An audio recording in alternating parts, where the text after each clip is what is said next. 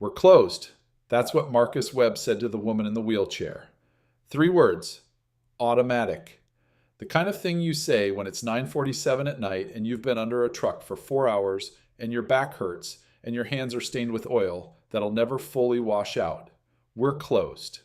He didn't know yet that those 3 words were about to become the hinge point of his entire life. That this moment, this rainy October night in Columbus, Ohio, would divide everything into before and after. But we'll get there. First, you need to understand who Marcus Webb was before she rolled through his door. He was 27 years old. Most days he felt 40. He'd been working in this shop since he was 14, when his father first handed him a socket wrench and said, "Pay attention. Don't strip it. Pay attention." His father was gone now. 18 months. Heart attack at 54, standing right next to the lift where Marcus was working tonight. One minute they were talking about a carburetor. The next minute his father was on the floor and Marcus was calling 911, and the world was doing that thing it does sometimes where it just ends a chapter without asking if you're ready for the next one. The shop was his now, Morrow Auto and Repair. His father's name was still on the sign because Marcus couldn't bring himself to change it. The tools were still hanging on the pegboard in the exact arrangement his father had set up 30 years ago. The cheap radio was still duct-taped to the same shelf, playing country music that nobody was really listening to. And the debt was his too, $14,000. That number lived in the back of Marcus's mind like a stone he couldn't put down. It was there when he woke up. It was there when he worked. It was there when he lay in bed at night trying to convince himself that tomorrow would be different. He had a daughter, Sophie, 5 years old, fierce as a thunderstorm. The single best thing in his entire life. She was at his sister Dana's house, right now, probably asleep, probably wearing those pajamas with the dinosaurs on them that she'd worn so many times the fabric was going thin at the knees. She needed new winter boots. He'd known this for 3 weeks. He hadn't done anything about it because every dollar that came in seemed to find 2 reasons to leave. He kept telling himself, next week, and next week kept becoming this week. And her boots were still too small, and the weather was getting colder, and he was lying under a truck at 9:47 at night, trying not to think about any of it. The rain was coming down hard outside. It had been raining since noon, the kind of October rain that feels personal, like the sky has something against you specifically. The fluorescent light above Bay too flickered the way it always did. The radio played something forgettable, and Marcus Webb was alone with his thoughts and his debt and the specific weight of being the only person responsible for holding everything together. That's when he heard the bell. He almost ignored it. The sign said closed. The lights in the front were off.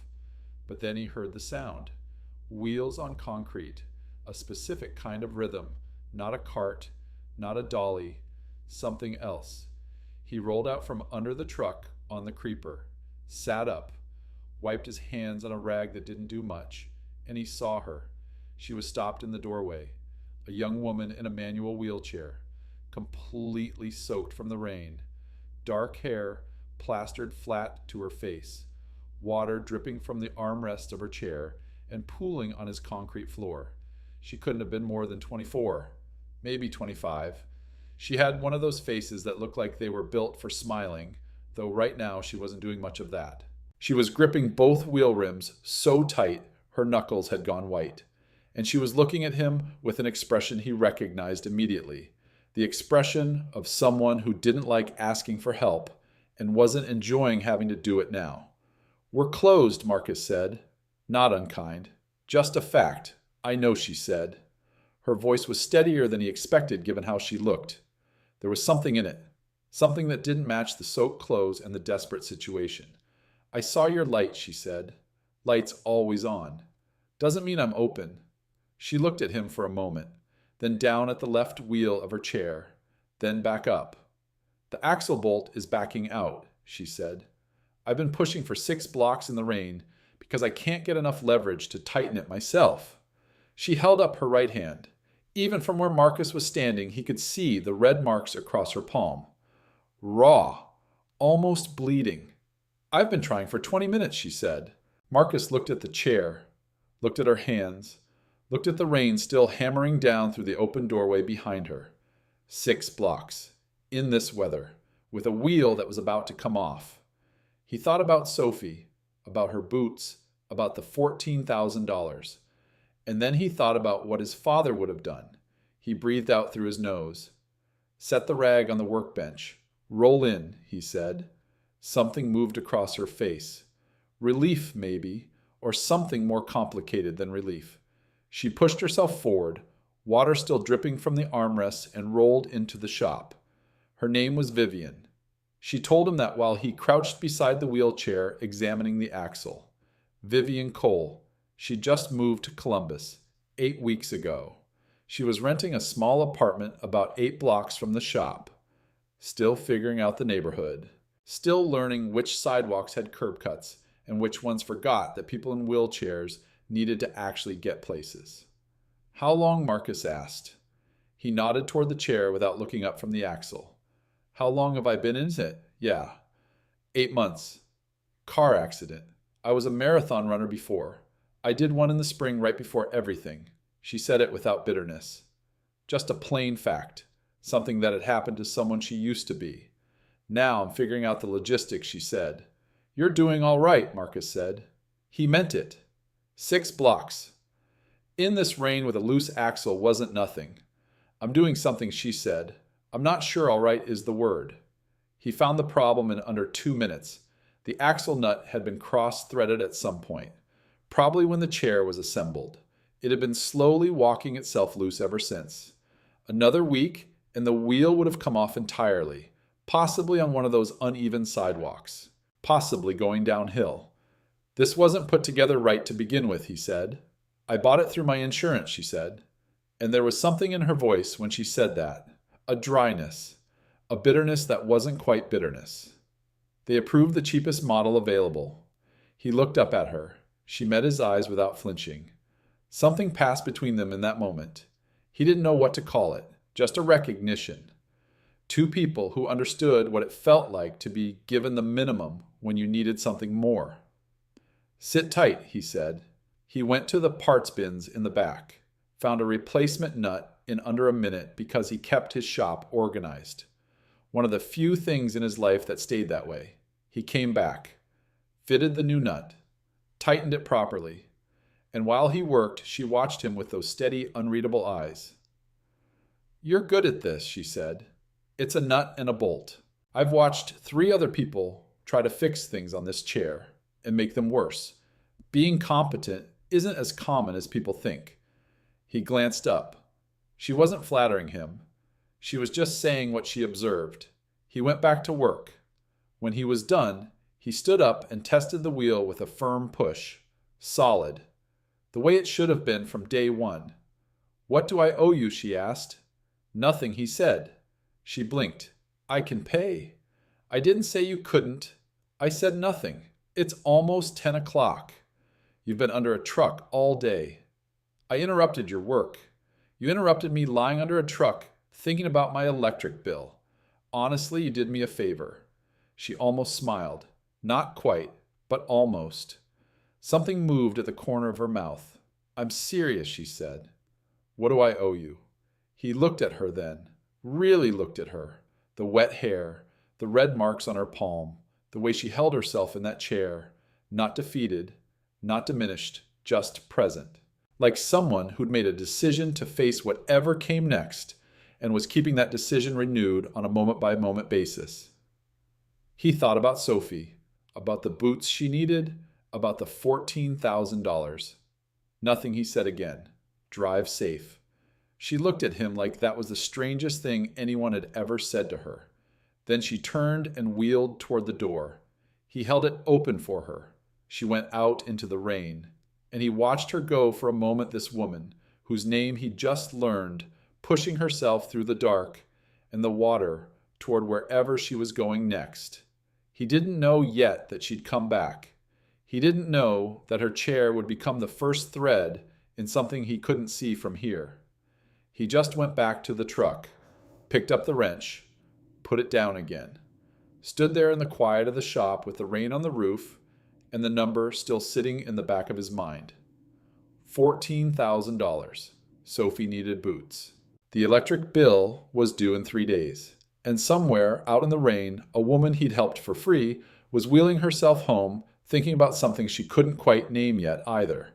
Marcus picked up Sophie from Dana's house at 10:15. Dana was waiting at the door. She was 3 years older than Marcus, and she had the look she always had when he showed up late. Not angry, just worried. The kind of worry that lives in the eyes and doesn't say anything out loud. "She's asleep," Dana said. "Do you want me to carry her out, or do you want to get her yourself?" "I'll get her," Marcus said. He found Sophie on the couch, wrapped in a blanket that Dana had tucked around her, with the careful attention of someone who loved this child almost as much as he did. The dinosaur pajamas, the hair he still hadn't learned to braid properly, the face that looked so much like his own that sometimes it hurt to look at her. He picked her up gently.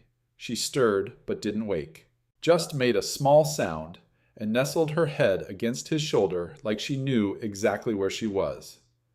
He carried her to the truck, strapped her into the car seat, drove home through streets that were still wet from the rain. At the apartment, he carried her inside and put her to bed. She opened her eyes once, just for a moment. "Daddy," she said. "Yeah, baby, go back to sleep." She closed her eyes, and then just when he thought she was out, she spoke again. "Daddy, why do you look sad sometimes?" He felt something crack in his chest. Just a little, just enough. "I'm not sad," he said. "Just tired." She studied him with those gray eyes she'd inherited from him. Eyes that were too old for a 5-year-old. "Okay," she said, "but you can tell me if you're sad. I'll still love you." He kissed her forehead. "I know it's baby. I know." After she was asleep, he sat at the kitchen table in the dark. The apartment was quiet. Too quiet. The kind of quiet that used to have someone else in it. Michelle had left when Sophie was 2. Not because she didn't love them, because she couldn't figure out how to be the person she wanted to be and also be here. That's what she'd said anyway. Marcus had nodded. He'd understood the words. He still didn't understand how someone could look at Sophie, at that face, at those eyes, and decide that finding themselves was more important than being present. He didn't hate Michelle.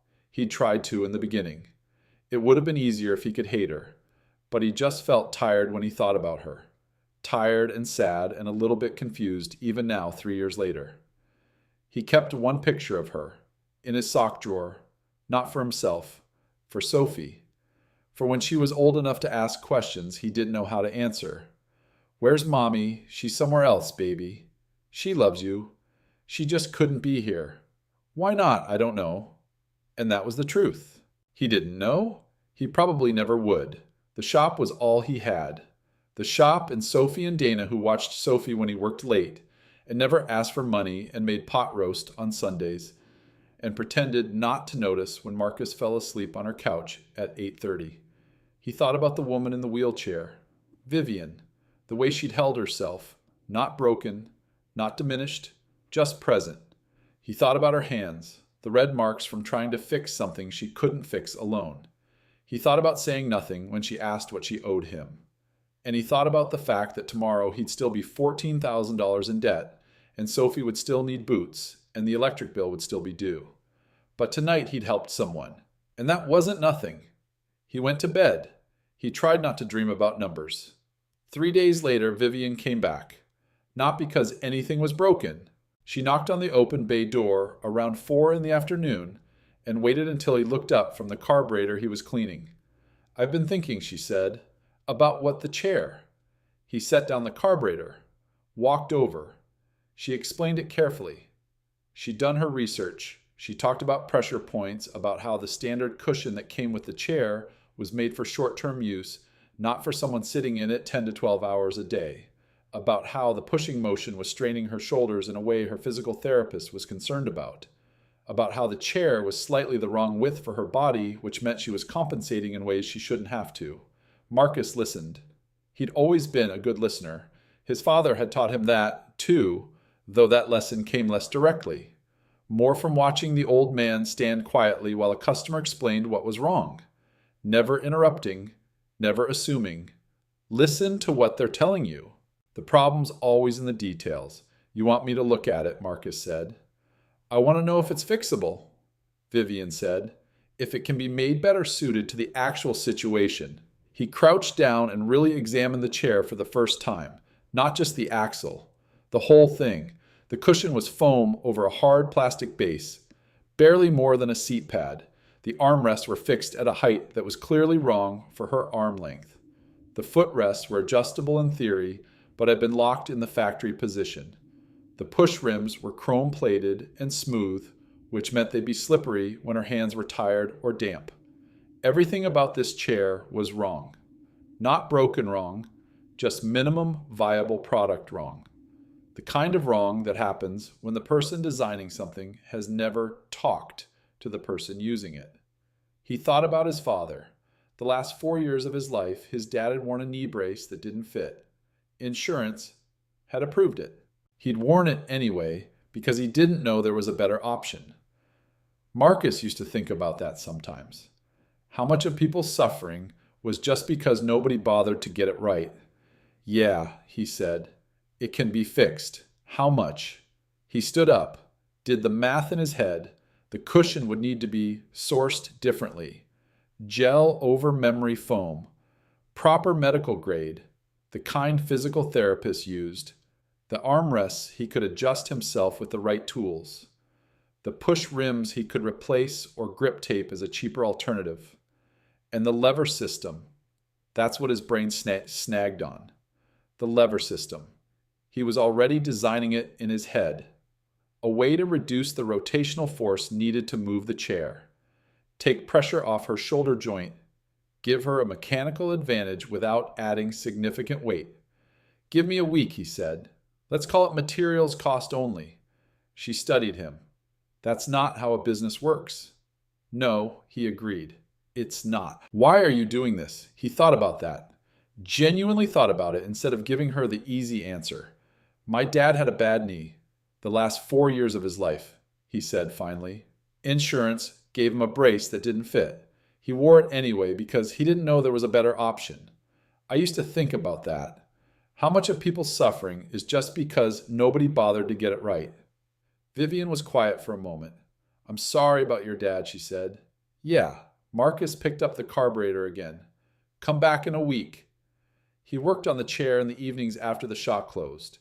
Same work light, same cheap radio playing, same quiet that felt different now because he was building something instead of just maintaining something.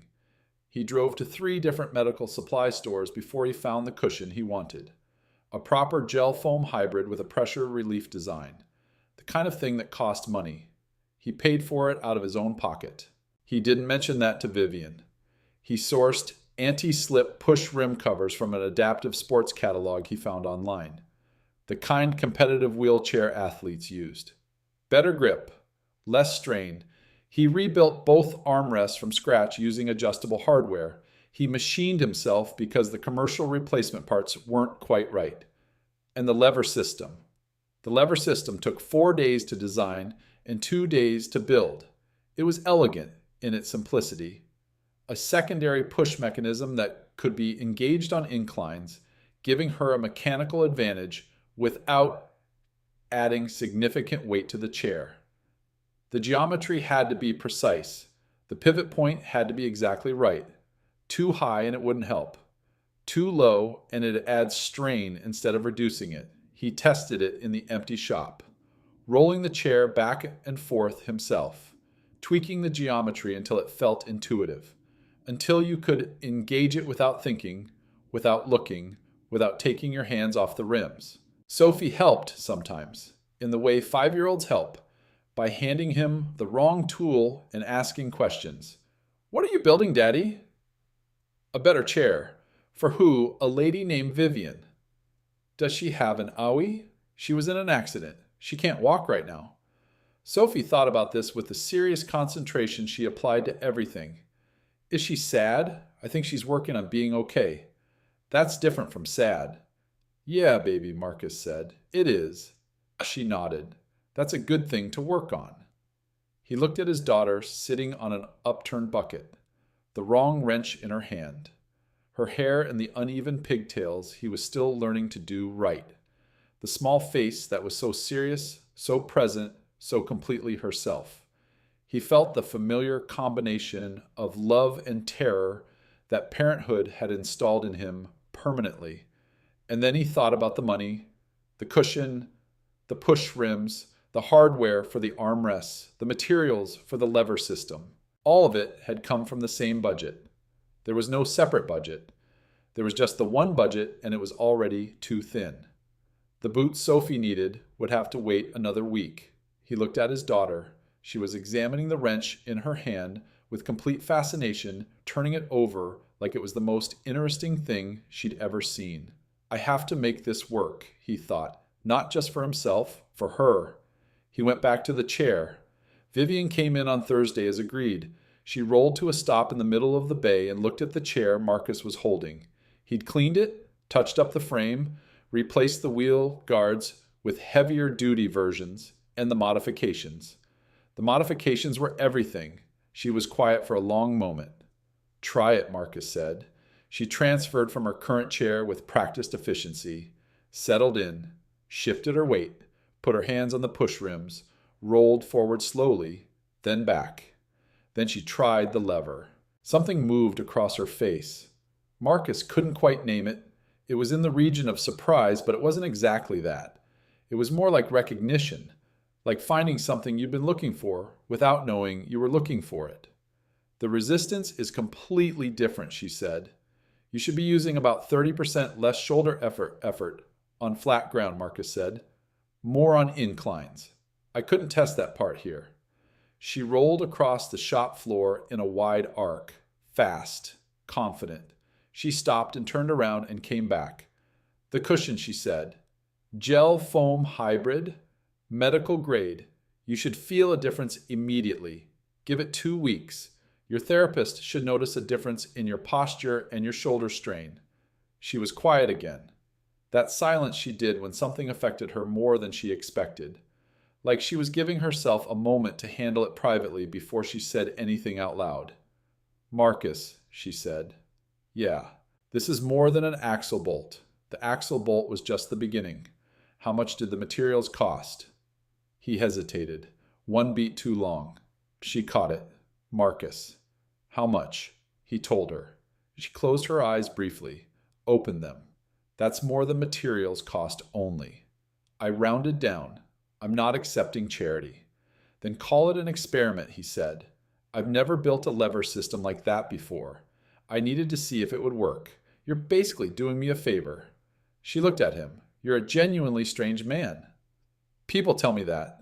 She wrote him a check for the full amount he'd quoted plus $50. He took it because he could see she needed to pay and because Sophie still needed boots. But she was smiling when she left, the kind of smile that didn't come quickly. He stood in the bay after she was gone, holding the check and thinking about the lever system, and already wondering if the geometry could be improved for a smaller person or someone with different upper body strength. That night, Marcus cashed the check and bought Sophie's boots. Red ones, white fleece lining, the kind of boots that looked like they were made for adventures. Sophie declared them the best thing that had ever happened to her. She wore them inside the house for the rest of the weekend. She wore them to bed until Marcus negotiated a treaty that allowed her to keep them next to her pillow instead of on her feet. She fell asleep holding one of them. Marcus stood in her doorway for a long time, watching her, feeling that combination of love and terror that never went away. We're doing okay, he thought. For the first time in a while, he believed it. Over the next 4 weeks, Vivian came back twice more, not because anything was broken. She said she was checking in, reporting how the chair was performing. But really, they were becoming something. Not romantic, not quite friends, something in between. His modifications were holding up well, better than well. Her physical therapist had commented on the improvement in her shoulder alignment. She'd been able to increase her daily distance without the fatigue she'd been fighting before. She brought coffee once. They sat in the open bay on a mild afternoon when the weather had turned and Columbus was doing its best impression of something livable. They talked. The Bengals. Ohio weather. The particular way the city looked in October when the leaves were turning and the light had that quality it only has in fall. She made dry, precise observations about things that made him laugh in a way he hadn't laughed in a while. He told her about Sophie, about his dad, about the shop. She listened the same way he did, completely, without rushing toward her own response. She didn't talk much about herself. He noticed that. She answered his questions but briefly and steered back toward him or toward neutral ground. He didn't push. People had their reasons for keeping things private. He figured whatever she was navigating, she'd share it when she was ready. But he noticed other things too. The quality of her watch, the way she spoke. Educated, careful, the vocabulary she used without thinking. Small details that didn't quite fit the story of a woman who bought the cheapest wheelchair insurance would approve. He didn't ask, not yet. Something was coming. He could feel it, but he didn't know yet what shape it would take. 6 weeks after the rainy night, Marcus was opening the shop when a car pulled into the lot. Not a car, a Porsche Taycan. Electric, matte gray, the kind of vehicle that didn't belong anywhere near this neighborhood and knew it. The driver's door opened. Vivian got out, standing on her own 2 feet. Marcus stared. She walked toward him, slow, careful. There was a slight hesitation in her left leg, like it cost her something to move that way, but she didn't let it show on her face. She was wearing a coat that probably cost more than his monthly rent. Her hair was different. Everything about her presentation was different. "Hey," she said. "Hey." He stood in the doorway of his shop and watched her cross the distance between the car and the entrance, walking, on feet that 8 weeks ago hadn't been able to hold her. "You're walking," he said. "I'm trying to," she said. "It's still new. My PT says I'm ahead of schedule." She stopped a few feet from him, met his eyes. "Can we talk?" she said. Inside, she sat in the chair across from his desk. He sat on the edge of the desk, not sure what to do with his hands. "Okay," he said. She folded her hands in her lap, looked at him straight. That direct gaze that didn't perform anything. "My name is Vivian Cole," she said. "I know your name." "Vivian Cole," she said again. "My father is Robert Cole." He stared at her. The name landed the way names do when you've heard them in a completely different context, and your brain has to reorganize itself to fit the new reality. Robert Cole, founder and CEO of Meridian Technologies, one of the largest cloud infrastructure companies in the country. Marcus had read about him once, in a magazine in his accountant's waiting room. The photo showed a man in his late 50s, confident without being loud, the kind of wealth that had stopped needing to prove itself a long time ago. "Your father," Marcus said slowly. "Yes. Robert Cole is your father." "Yes. The tech billionaire." "He prefers millionaire," Vivian said. "He thinks billionaire sounds ostentatious." She paused. "He's worth approximately $1.8 billion. So I don't know what to tell you about his preferences." Marcus pushed off the desk, walked to the window, looked at the car, looked back at her. "You've been wheeling yourself 8 blocks in the rain," he said. "When you had that, I didn't bring it to Columbus. I came here without it. That was the point." He waited. She took a breath. This was the part she'd thought about how to say. After the accident, she said, "I spent 6 months at my father's house in Atherton. That's in California. Silicon Valley. I know where Atherton is." "Then you know what it looks like." "I had everything. Full-time nurse. Physical therapist who came to the house every day. A custom wheelchair that cost more than your truck. Every accommodation you could imagine." She paused. "My father loves me. I want to be clear about that. He did everything he could." But Marcus said, "But I was completely insulated. From everything. From the difficulty of it. From the reality of what it's like to be in a chair and need things and have to fight for them. I was in this perfect bubble where every problem got solved before I felt it." She looked at her hands, and I was falling apart inside because something had been taken from me and I didn't know who I was without it and I couldn't figure that out, surrounded by people whose entire job was to make sure I never had to struggle. Marcus was quiet. So I left, she said. I told my father I needed 6 months. I took a car. A modest car, not this one. I drove to Ohio. I rented an apartment. I put my custom chair in storage in California. And I ordered the cheapest insurance-approved model I could find. She met his eyes, because I needed to know what it was actually like. To be a regular person, Marcus said. To be me, she said. Her voice shifted slightly on that word, just enough that he caught it. I needed to find out who I was when nobody was making it easy. He stood there, looking at her for a long moment. 8 weeks in, he said slowly. You were 6 weeks into Columbus and your axle bolt backed out. On a Tuesday night in the rain. Yes, and you pushed it 6 blocks. I wasn't going to call my father's driver. There was something fierce in that. Something he recognized because he'd felt it himself. The specific stubbornness of a person who's decided they'll handle something themselves, even if it kills them. And you saw my light on, he said. I saw your light on. He exhaled slow. And I told you we were closed. You did. He walked back to the desk, sat down on the edge of it, rubbed his hand over his jaw. He was trying to find the place in himself where he was supposed to be angry, betrayed, used, the place that would make sense of the distance between the woman who'd sat in his shop drinking coffee and the woman sitting in front of him now. He looked for it honestly. He dug around. He didn't find it. You should have told me, he said, not accusing, just true. I know. I'm sorry. Not because of the money. I wouldn't have done anything different. I want you to understand that. I know, she said. Her voice was quieter now. That's actually why I'm here. To tell you that. Vivian leaned forward slightly. I've been thinking about what you said she said. About your father. About the brace that didn't fit. About people suffering because nobody bothered to get it right. She paused. Marcus, what you did with my chair, that lever system, the cushion, the armrests, my physical therapist had never seen anything like it. She asked me who made it. I told her a mechanic in Columbus. She laughed.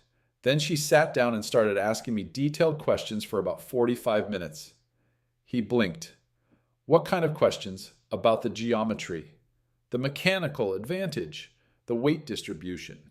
She said she's been working in adaptive mobility for 11 years, and the lever modification was something she'd never seen implemented, that cleanly outside of custom orthotics labs that charge $8,000 to $12,000 per unit.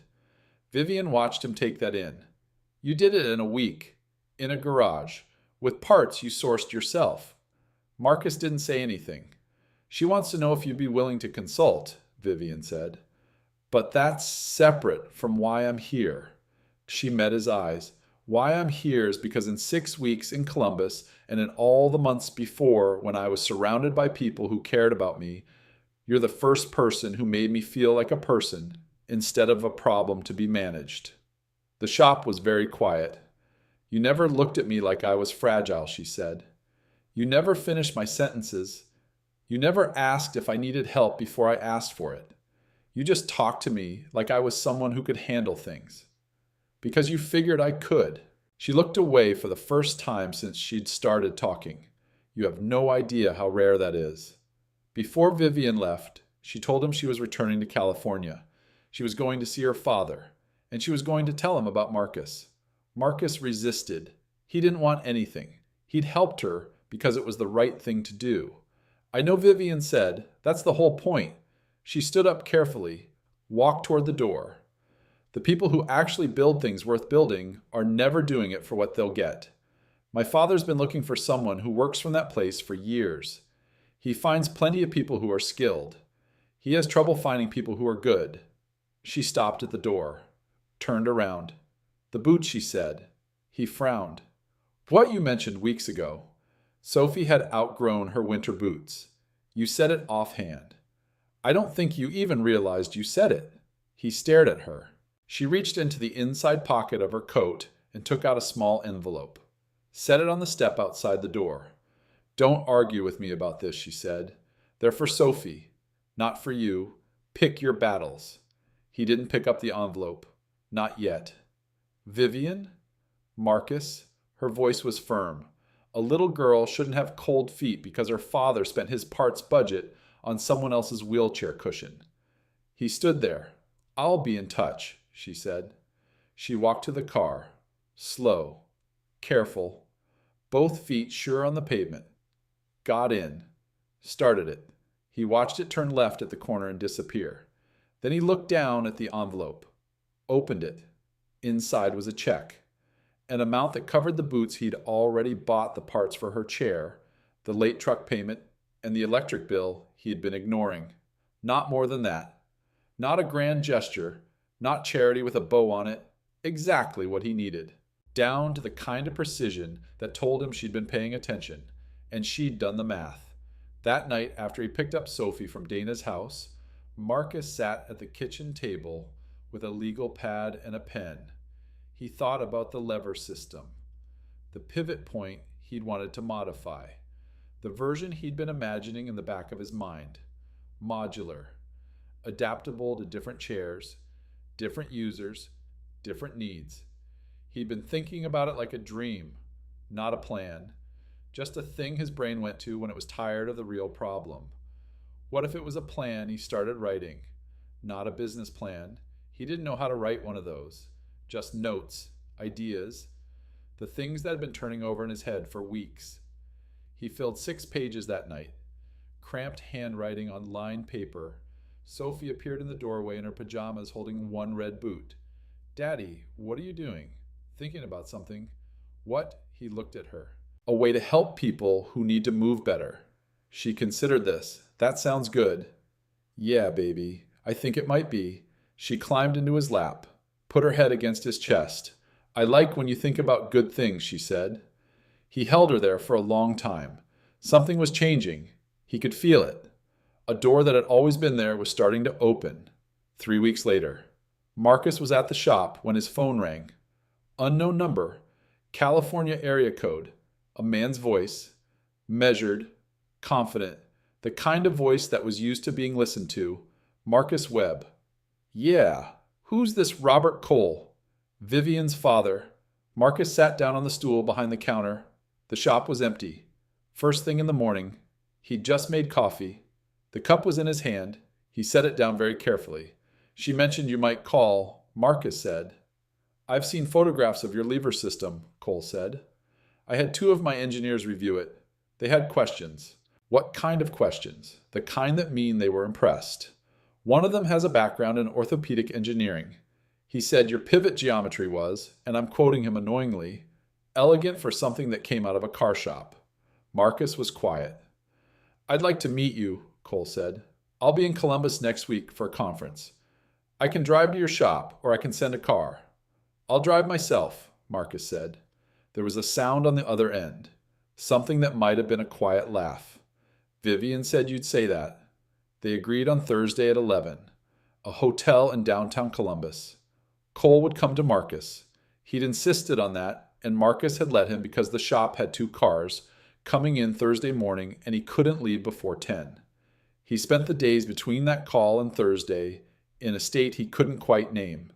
Not nervous exactly, more like the feeling before a storm. The air pressure changes. Something in the atmosphere shifts, and your body knows something's coming, even if your mind hasn't fully committed to it. He told Dana. He didn't tell anyone else. On Wednesday night, he sat at the kitchen table after Sophie was in bed and tried to put what was in his head into something coherent. Not a business plan. He didn't know how to write a business plan, and he knew enough to know that showing up with an amateur imitation of one would be worse than showing up with nothing. What he put together instead was simpler. He wrote out in plain language what he thought the problem was, what was missing in the current market for adaptive mobility equipment, what he believed he could build. He wrote about the lever system and the modifications he'd already identified. He wrote about the modular design. He wrote about the price point, about the gap between the cheap insurance-approved equipment that didn't fit and the custom orthotics lab units that cost more than most people's cars. There are people in the middle who aren't being served. People who need something better than the minimum and can't afford the premium. I think I can build for them. He read it back. 4 pages, handwritten, his cramped mechanic's handwriting on lined paper from Sophie's school tablet. He folded it and put it in the inside pocket of his jacket and went to bed. He barely slept. Robert Cole was smaller than the magazine photo had suggested. Early 60s, lean, California tan. He was already at the table when Marcus arrived, a private room off the hotel lobby. Just the two of them. He stood when Marcus came in, extended his hand. His handshake was straightforward, no performance in it. "Marcus," he said, "Mr. Cole, Robert, please, sit down." They sat. A server appeared briefly, offered coffee, disappeared. Cole looked at him for a moment, openly, the way someone does when they're used to reading people quickly and have stopped bothering to hide it. Marcus looked back. He had decided on the drive over that he wasn't going to try to be anything he wasn't, and he was going to hold to that. "Vivian talks about you," Cole said, "the way she talks about things she thinks are important, which she doesn't do often and doesn't do lightly." Marcus didn't know what to do with that, so he left it alone. "She told me what you said," Cole continued, "about your father, about the brace that didn't fit." He paused. "She cried when she told me. She doesn't cry easily." Marcus looked at the table, then back up. "I didn't say it to make her cry," he said. "I know," Cole said. "That's why she cried." He leaned back slightly. "I want to ask you something, and I want you to answer honestly. Don't try to figure out what I want to hear." "All right. What do you think you have?" Cole said. "Not what you think you could build if someone gave you money. What do you think you actually have right now? Today. In that shop." Marcus reached into his jacket, took out the folded pages, set them on the table, but didn't push them across. "I have a lever system that works," he said. "I've tested it. It holds. It performs the way I designed it to, and I've already identified the modifications that would make it better. I have a modified pivot point prototype sitting on my workbench right now. I have a legal pad with 6 pages of notes on what a modular version could look like." He paused. "And I have a real understanding of what it's like to fix something for someone who needs it to work in their actual life. Not in a lab. That's not nothing." Cole looked at the folded pages. "May I?" Marcus slid them across. Cole read. He was a fast reader. Marcus could see his eyes moving. He didn't rush through it, but he didn't slow down for effect either. When he finished, he folded the pages back exactly the way they'd been and set them on the table between them. "The gap you are describing," Cole said, "between the minimum and the premium. Do you know what that gap is worth conservatively in the current adaptive mobility market?" Marcus shook his head. Cole told him a number. Marcus kept his face still. He'd gotten good at not showing the inside on the outside. It was a different skill than not feeling it. He was absolutely feeling it. "There are 2 or 3 companies operating in that space right now," Cole said. "None of them are doing it well. They're doing it like insurance companies. Minimum viable product. Maximum coverage of liability.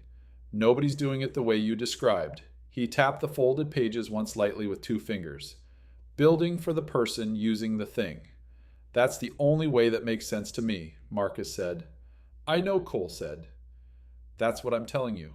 He leaned forward, put his elbows on the table. This was the moment. Marcus could feel it.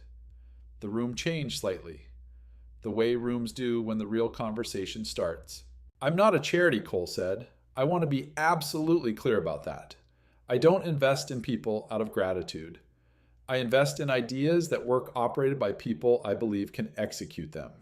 What I'm about to say to you has nothing to do with what you did for Vivian. What you did for Vivian tells me something about your character. But character doesn't build a business. Vision and execution build a business." "Understood," Marcus said. "Do you have a number in your head," Cole said, "what you'd need to start?" Marcus had thought about this. He'd lain awake Tuesday night running it in his head. The space he'd need, the equipment, the first hire he'd need to make, the materials for the first production run. He had a number. He didn't know if it was the right number, but he had one. He said it. Cole nodded. Not impressed. Not dismissive. Just processing. For that, I'd want equity, Cole said, and a board seat, and full transparency on the books from day one. I'd want an agreement that says I control the design decisions, Marcus said. I'm not building something that gets watered down because the margins look better on a cheaper version. Cole looked at him. Something shifted in his expression. Not surprise exactly. Recognition, maybe. You're not going to be easy to work with. Are you? Cole said. It wasn't a complaint. No, sir, Marcus said. But neither are you, I'd guess.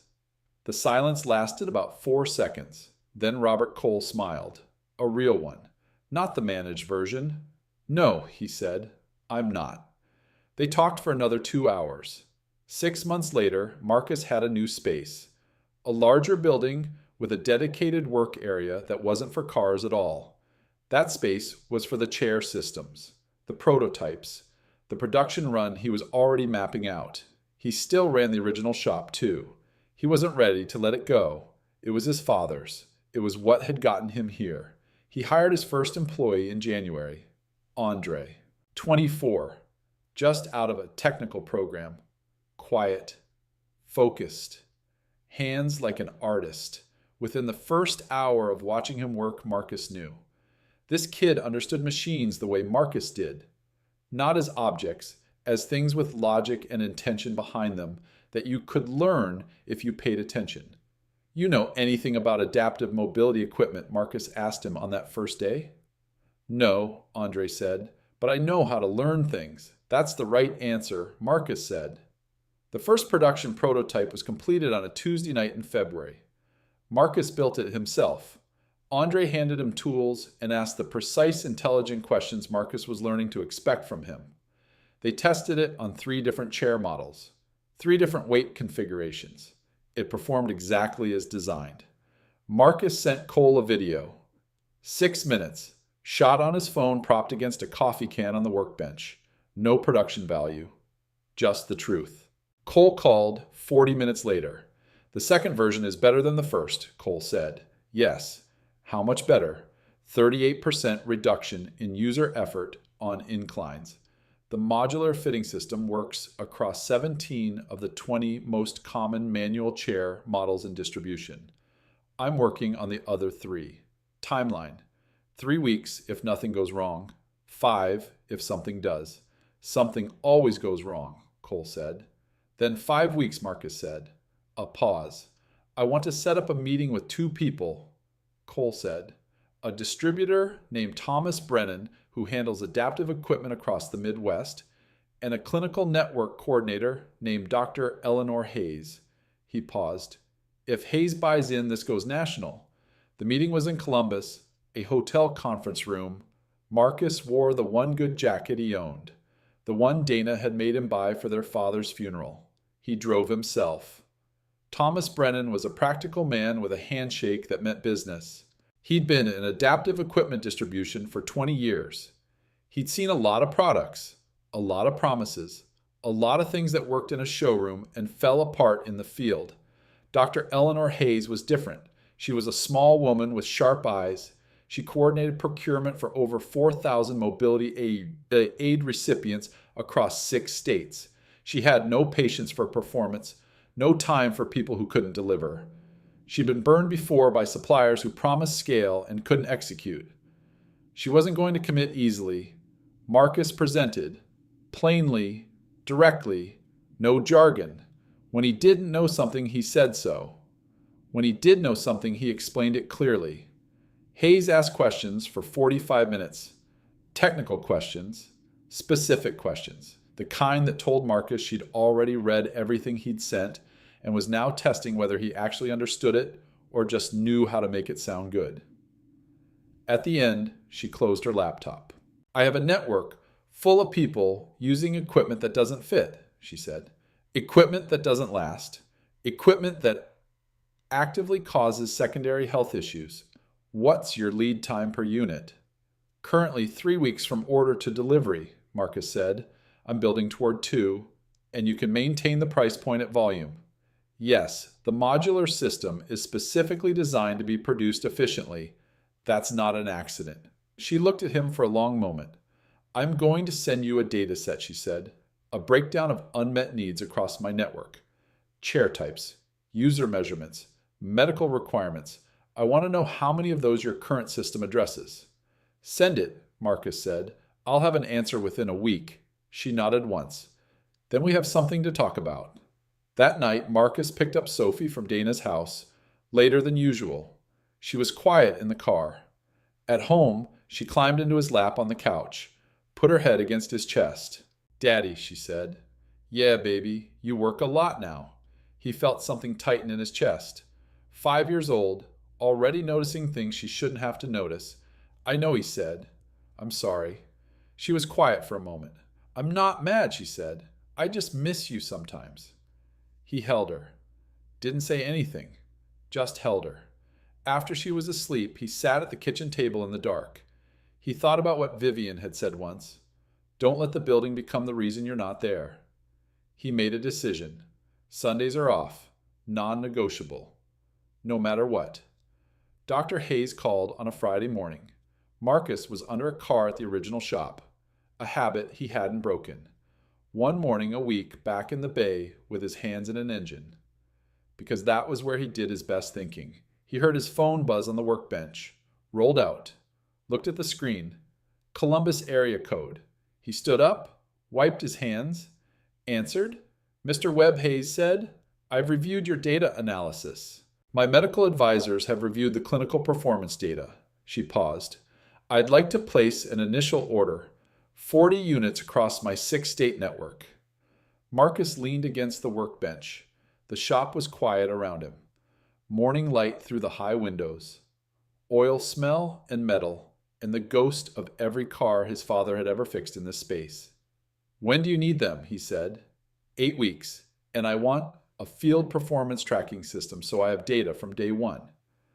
You have a field performance tracking system. I will in 8 weeks, Marcus said. A pause. The kind that means someone is revising their assessment of who they're talking to. 8 weeks, Hayes said. Don't make me regret this. No, ma'am, I won't. He hung up, set the phone down, stood there in the quiet of his father's shop. Then he called Andre. We just got 40 units, he said. The next 8 weeks were the hardest Marcus had ever worked in his life. And he'd been working hard since he was 14 years old, so that was saying something. He and Andre and a new hire named Diane built all 40 units. Quality review, testing, shipping logistics, the field performance tracking system Andre had designed. Marcus slept 5 hours a night. He took Sundays off anyway, non-negotiable, even when part of him was screaming that he could get ahead if he just worked one Sunday. Just this once. He went to Dana's. He ate dinner. He watched Sophie run in the backyard with Dana's dog. He sat on the porch and drank coffee and let the week fall off him. One Sunday, Sophie climbed into his lap and asked him a question. Is the chair thing going good, Daddy? Yeah, baby. It's going good. She considered this. Are you happy? He thought about it honestly. The way she deserved. I'm tired, he said. And I'm happy. Both things. She nodded like that made complete sense. The 40 units shipped on a Tuesday in July, 2 days ahead of schedule. Marcus stood in the build space after the last pallet went out and looked at the empty shelving where the units had been. He felt a kind of hollow that he recognized, the gap between finishing something and knowing yet whether it worked. Now we wait, Andre said. Now we wait. Marcus agreed. They didn't wait long. The first field reports came back in week 3. By week 6, Dr. Hayes called. I'm looking at your tracking data, she said without preamble. 91% of recipients report significant improvement in daily mobility. Shoulder strain complaints are down 44% compared to baseline across the cohort. She paused.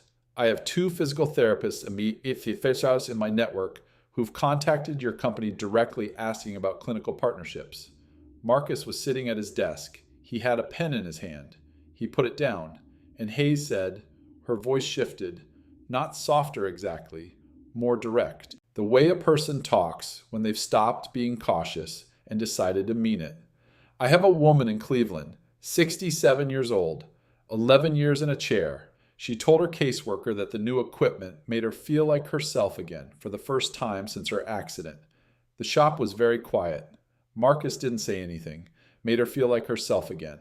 He thought about his father, the brace that didn't fit, the years of quiet suffering because nobody bothered to get it right. He thought about Vivian rolling through his door in the rain, stubborn, soaked, asking for help even though she hated asking. He thought about Sophie in her red boots, fierce as a thunderstorm, the single best thing in his entire life. He pressed his hand flat against the workbench. Cold metal, solid. "We did it, Dad," he said quietly. To no one. To someone. We actually did it. 1 year after the rainy night.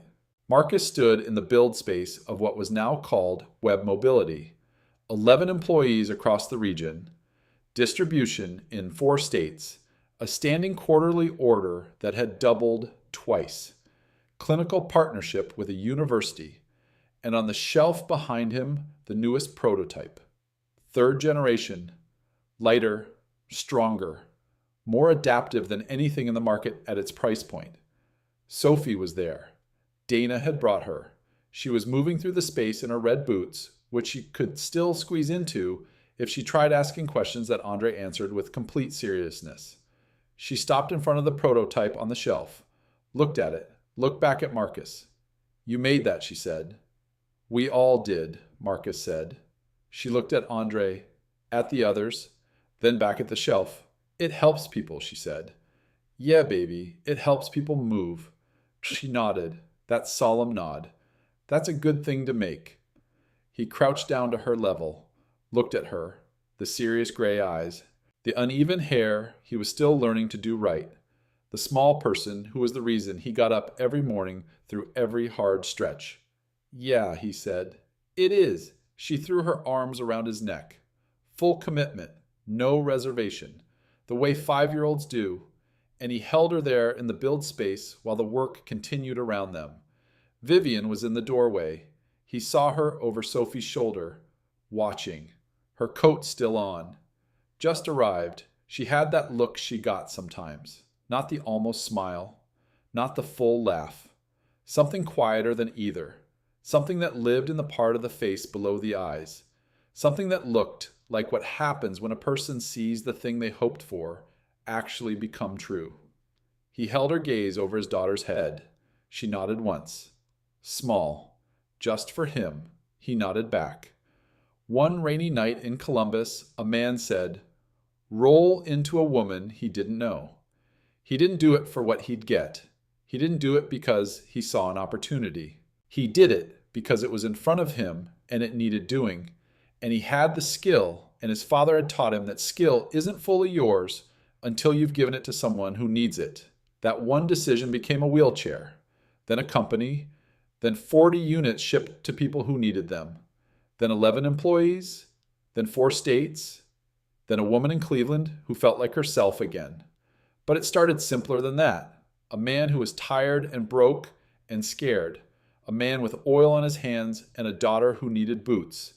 A man who looked at someone in his doorway and decided that being closed didn't mean the same thing as turning away. That's what integrity looks like when it's lived instead of spoken.